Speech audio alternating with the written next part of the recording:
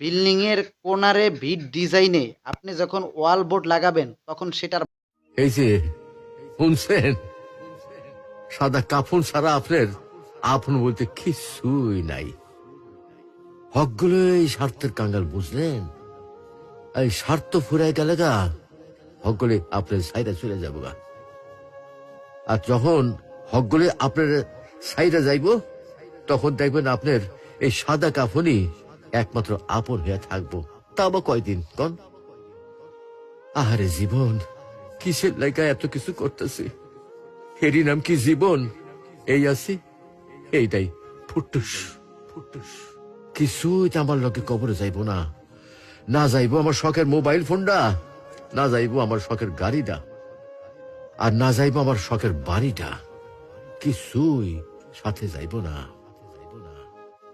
এগুলা ভাববার মধ্যে কি আর সময় হয়?